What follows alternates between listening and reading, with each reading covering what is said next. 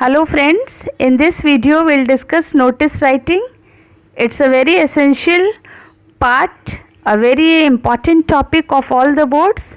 Here we'll discuss format of notice writing, marking scheme, and we'll also see one solved question.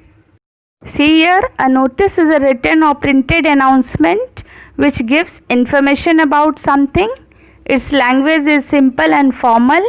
It is put up on display boards in schools or other organizations.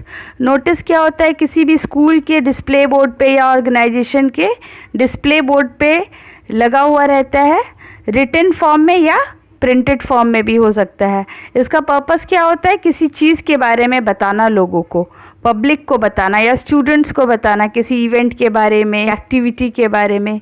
तो इसका language एकदम simple होना चाहिए ताकि लोग आसानी से समझ सके, और फॉर्मल होना चाहिए, मतलब अननेसेसरी डिटेल्स आपको नहीं ऐड करना है उसमें, एकदम टू द पॉइंट लिखना है.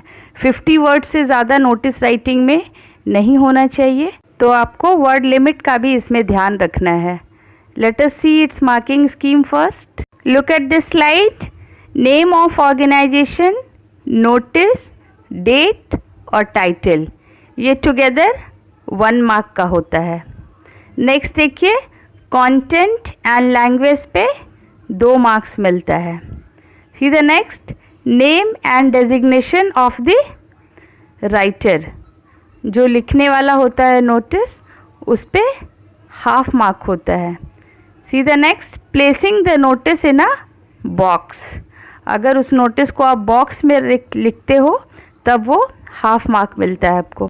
तो टोटल मार्क्स नोटिस राइटिंग के लिए कितना होता है? 4 मार्क्स. आपको ध्यान रखना है कि वर्ड लिमिट नोटिस राइटिंग का 50 वर्ड्स होता है, तो आपको 50 वर्ड्स एक्सीड नहीं करना है. अगर आप एक्सीड कर जाते हो तो ½ मार्क आपका एग्जाम में डिडक्ट हो जाएगा. तो you need to be very very careful.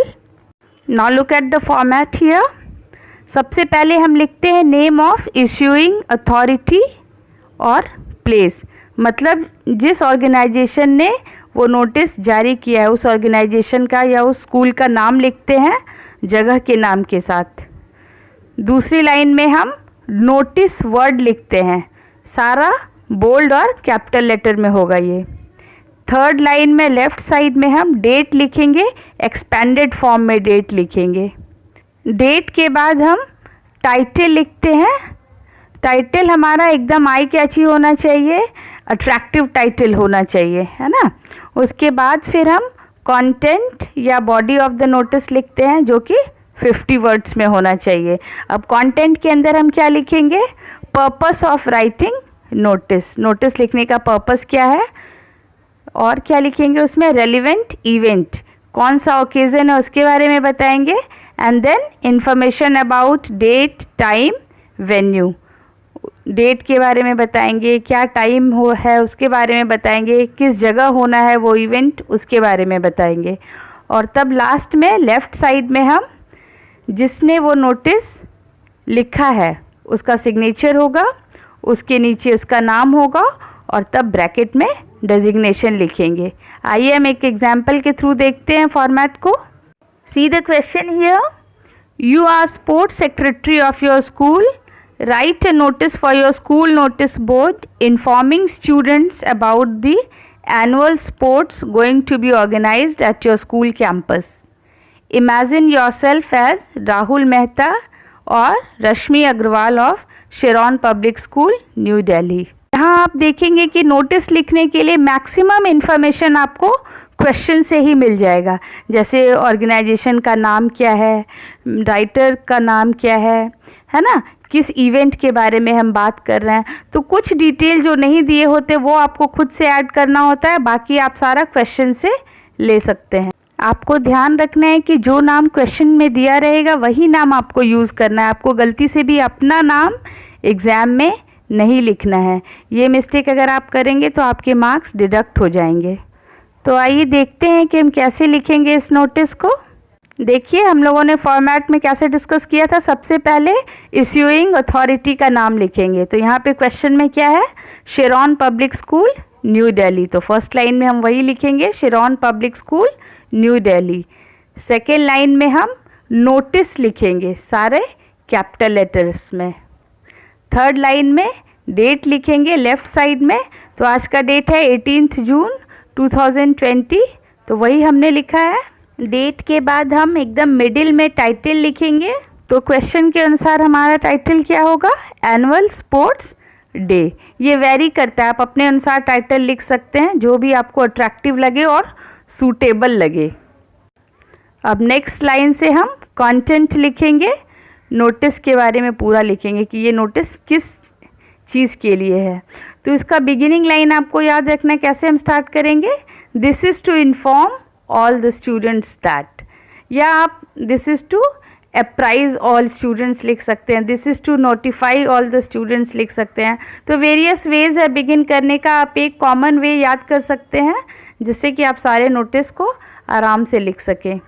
तो यहाँ हमने स्टार्ट किया है, देखिए, this is to inform all students that annual sports day of our school is going to be organised at school campus. पहले मैंने वेन्यू का नाम दिया है, ऑन 15 जुलाई 2020।